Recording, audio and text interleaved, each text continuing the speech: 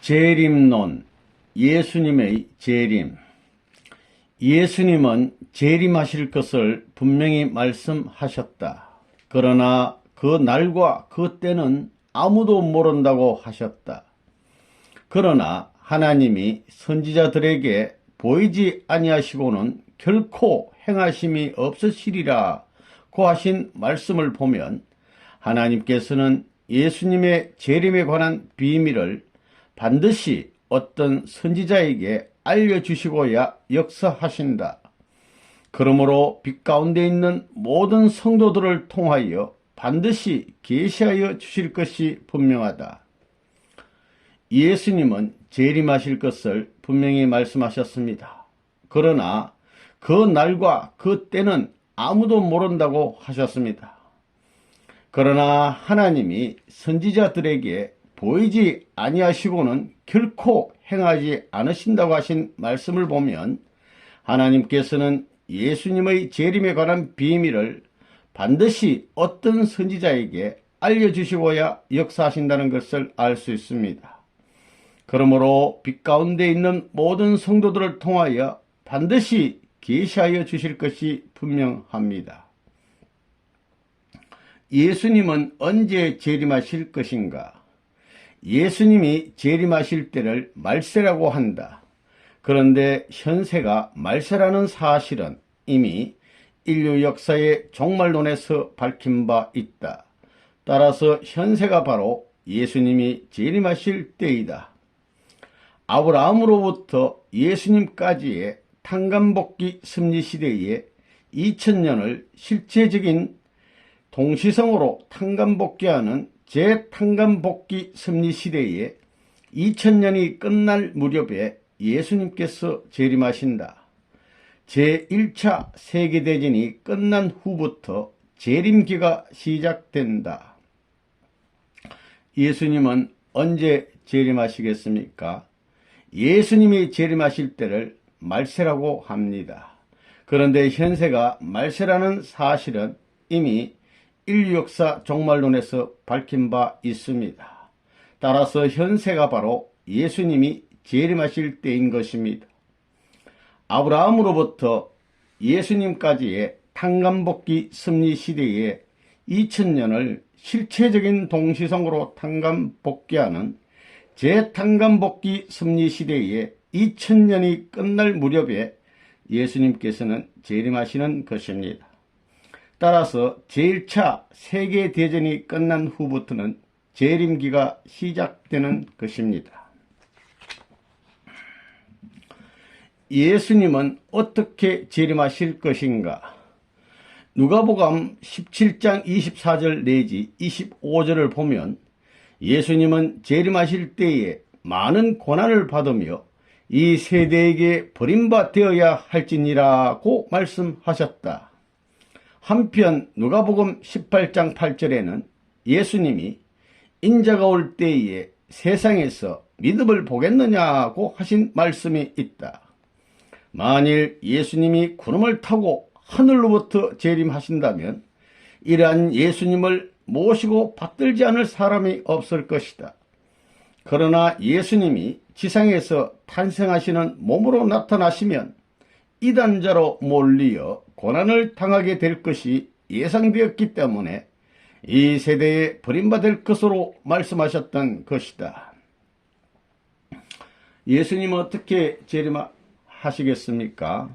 누가복음 17장 24절 내지 25절을 보면 예수님은 재림하실 때 먼저 많은 고난을 받으며 이 세대에게 버림받아야 할지니라고 말씀하신 바 있습니다.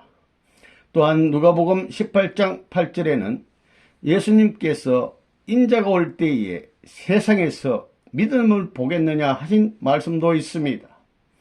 만일 예수님이 구름을 타고 하늘로부터 재림하신다면 이러한 예수님을 모시고 받들지 않을 사람이 아무도 없을 것입니다. 그러나 예수님이 지상에서 탄생하시는 몸으로 나타나시면 이단자로 몰리어 고난을 당하게 될 것이 예상되었기 때문에 이 세대에 버림받을 것으로 말씀하셨던 것입니다. 예수님은 어디로 재림하실 것인가? 계시록 7장 4절, 마태복음 10장 23절, 마태복음 16장 28절의 말씀 등을 근거로 하여 예수님이 유대민족 가운데 재림하실 것으로 알고 있는 신도들이 많이 있다. 그러나 마태복음 21장 33절 내지 43절에 의하면 예수님은 유대민족에게는 재림하시지 않을 뿐 아니라 그 유업까지도 재림을 위하여 열매 맺는 다른 나라와 백성에게 주시겠다고 분명히 말씀하셨다. 예수님이 십자가에 돌아가신 이후에 이스라엘 선민은 아브라함의 혈통적인 후손이 아니고 아브라함의 믿음을 계승한 기독교 신도들이다. 예수님이 어디로 재림하실 것인가? 계시록 7장 4절, 마태복음 10장 23절, 마태복음 16장 28절 등의 말씀을 근거로 해서 예수님이 유대민족 가운데 재림하실 것으로 알고 있는 신도들이 많이 있습니다.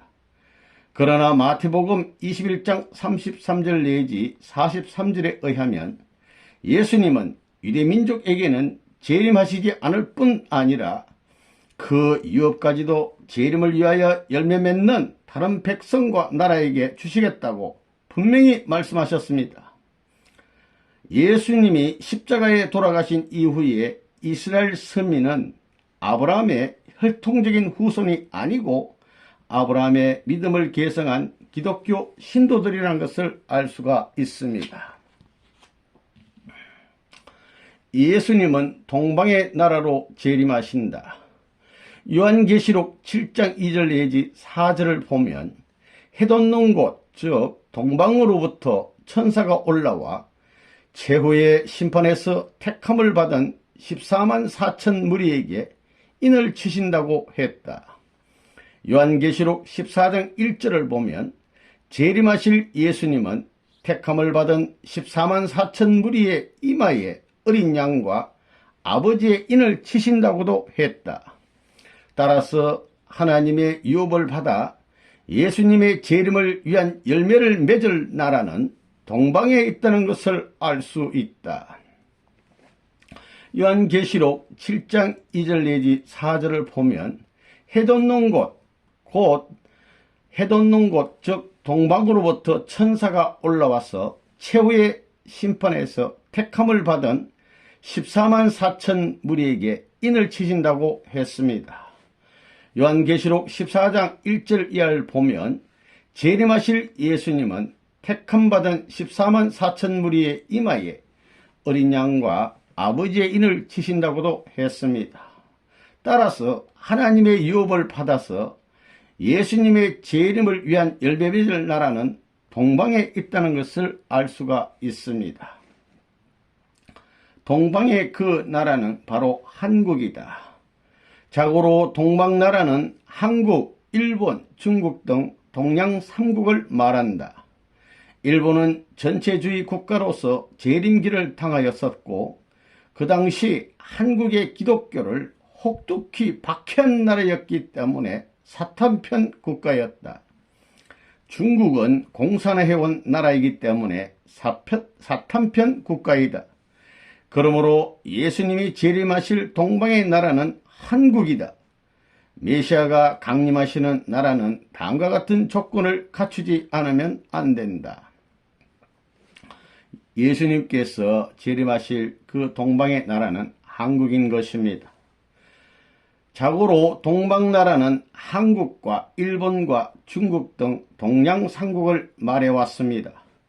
일본은 전체주의 국가로서 재림기를 당하였고 그 당시 한국의 기독교를 혹독히 박해한 나라였기 때문에 사탄편 국가인 것입니다.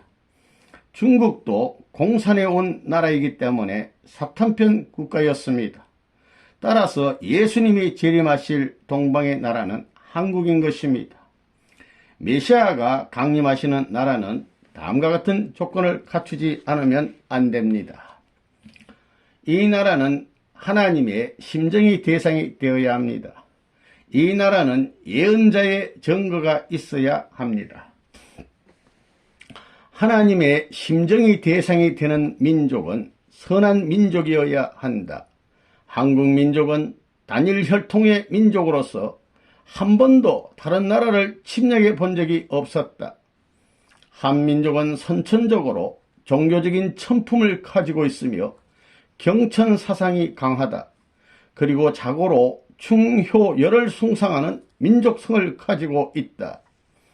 한민족은 2조 500년 이래 이 땅에 의의 왕이 나타나서 천년 왕국을 건설하고 세계 만방의 조공을 받게 된다고 하는 정감록 신앙에 의한 메시아 사상이 있다.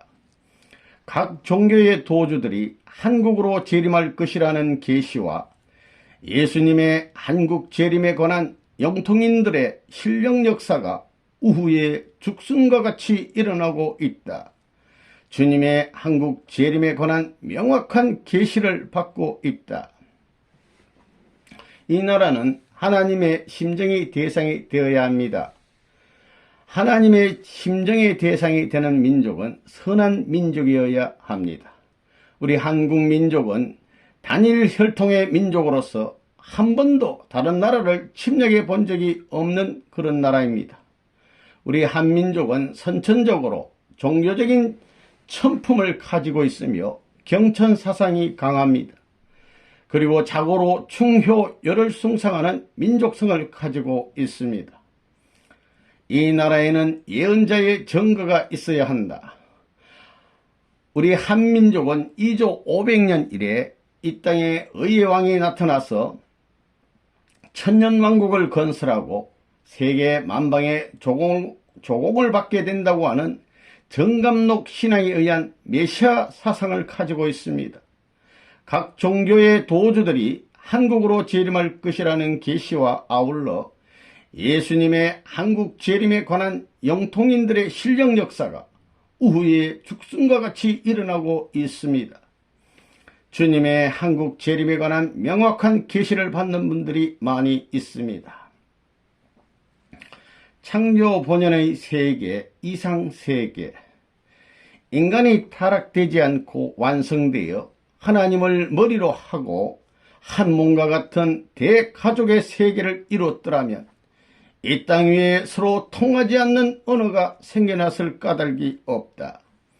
재림하시는 주님을 품으로 모시는 대가족의 이상 세계는 반드시 언어가 통일되지 않으면 안 된다.